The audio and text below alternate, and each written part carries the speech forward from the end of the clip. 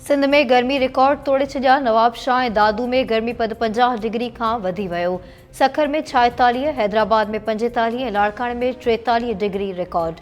मौसमियात खाते मूजिब कराची में 36 डिग्री गर्मी ऐं 48 डिग्री जी गर्मी महसूस कई वई। मौसमियात खाते जो चवणु आहे त गर्मी जी मौजूद लहर सुभाणे ताईं जारी रही सघे थी।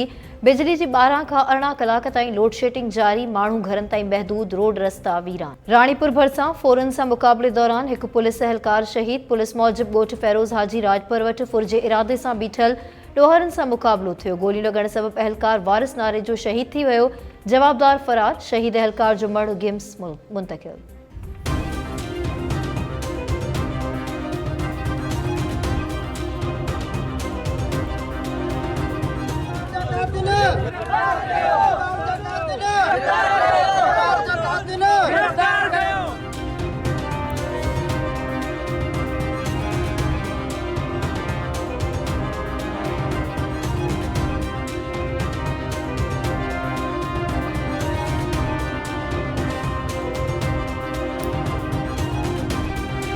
पीटीआई अॻवान असद कैसर इल्ज़ाम हयो आहे त गिलगित बल्तिस्तान इलेक्शन में चूंड मुहिम में रुकावटूं वधी पई वञनि।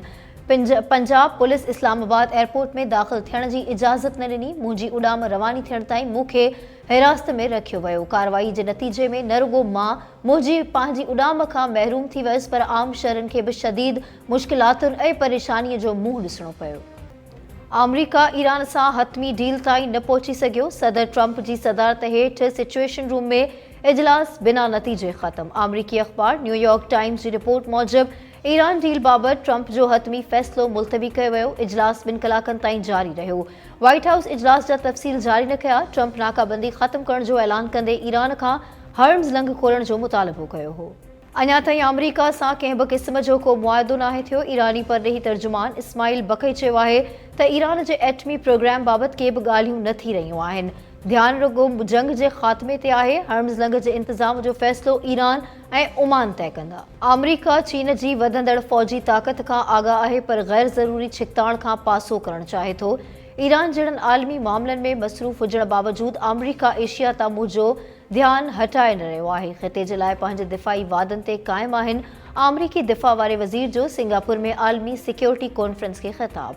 एशिया में पंहिंजे इतिहादनि ते ज़ोर ॾींदे चयो त पंहिंजे दिफ़ाई ख़र्चनि में वाध कनि। लाखा रोड भरिसां कराची खां पंजाब वेंदड़ कराकरम एक्सप्रेस जे इंजण फेल थी वई। रेलवे ट्रैक बंदि थी वञण सबबि कराची एक्सप्रेस खे मेहराबपुर स्टेशन ऐं रहमान बाबा एक्सप्रेस खे सेठारजा स्टेशन ते बीहारियो वियो। रेलवे इख़्तियारनि जो चवणु आहे त भिरिया रोड स्टेशन ते बीठल मालगाॾीअ जे इंजण घुराए कराकरम एक्सप्रेस खे रवानो कयो वियो। कराची जे इलाइक़े बफर ज़ोन में इमारत खे बाहि 10 मोटरसाइकिलूं ऐं 3 दुकान सड़ी विया।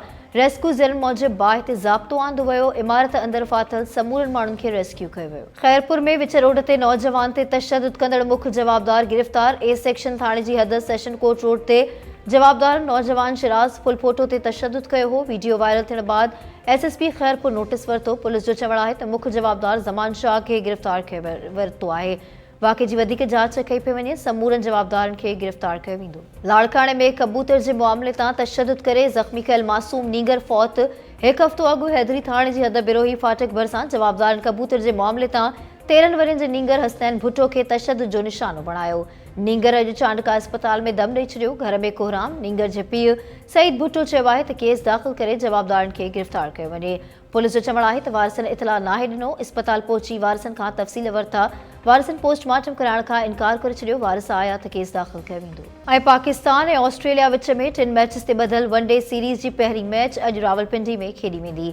मैच शाम 4:30 वॻे शुरू थींदी। कप्तान शाहीन शाह अफरीदी चयो आहे त टीम भरपूर तयारी कई आहे।